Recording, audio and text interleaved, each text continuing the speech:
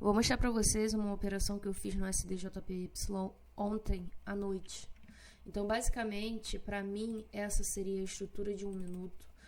Muitas pessoas podem estar marcando exatamente esse fundo e esse topo como estrutura, mas no meu operacional eu acabo utilizando a FIBO, porque de certa forma a gente entende que para um pullback ser considerado saudável, ele tende a estar corrigindo 50% da sua movimentação.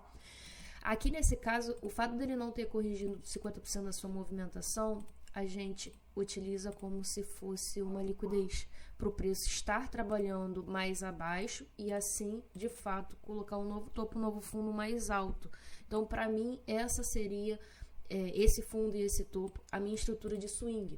Aqui a gente consegue perceber que o preço, ele simplesmente, a partir do momento que ele fez o choque, ele foi fazendo estruturas internas. Isso significa que o preço começou o pullback referente à estrutura de swing. Dentro dela a gente consegue perceber as estruturas fractais.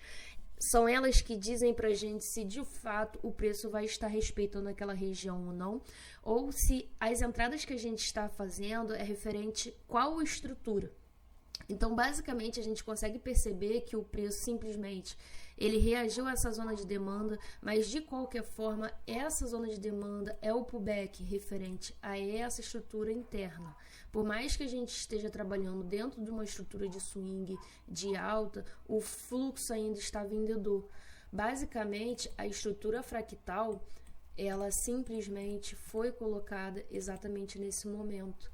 Se o preço não quisesse continuar caindo, uma vez que ele simplesmente alinhou o fluxo junto com a estrutura interna, ele não poderia em nenhum momento desalinhar até que houvesse a virada dessa estrutura fractal. Então aqui eu consegui perceber que o preço ele foi deixando muita indução nessa demanda, né? Aqui a gente consegue perceber bastante liquidez. A nossa estrutura fractal está de alta, o preço foi deixando muita intenção. Até o momento, né, a gente consegue perceber exatamente ele descendo de forma corretiva, diferentemente da impulsão que ele deu na compra. Então aqui a gente consegue perceber que, de certa forma, os compradores ainda têm bastante força até o momento, né? E nesse caso, como eu tenho a estrutura fractal a meu favor, o que eu precisava alinhar? Exatamente o fluxo de 1 minuto, que após a mitigação de uma zona de demanda, onde ele pegou exatamente toda essa liquidez, ele troca o fluxo, dizendo para mim ali que possivelmente ele possa estar querendo subir naquele momento, tá? Então eu esperei uma dupla confirmação, foi exatamente nesse momento que eu marquei minha zona de demanda. E como era o extremo, eu esperei uma reação nos 5 segundos.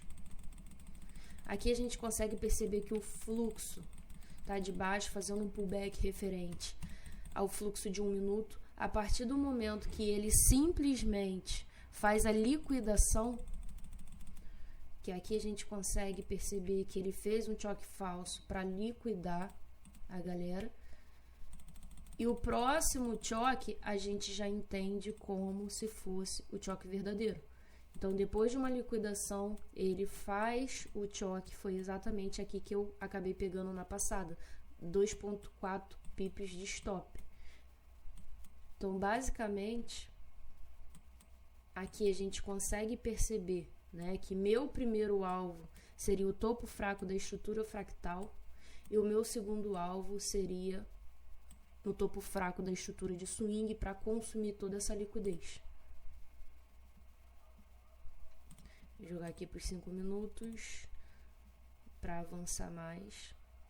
Foi deixando mais liquidez, induzindo a galera a estar vendendo.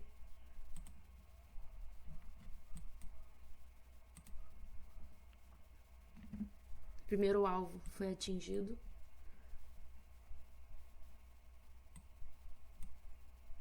Deixou mais liquidez.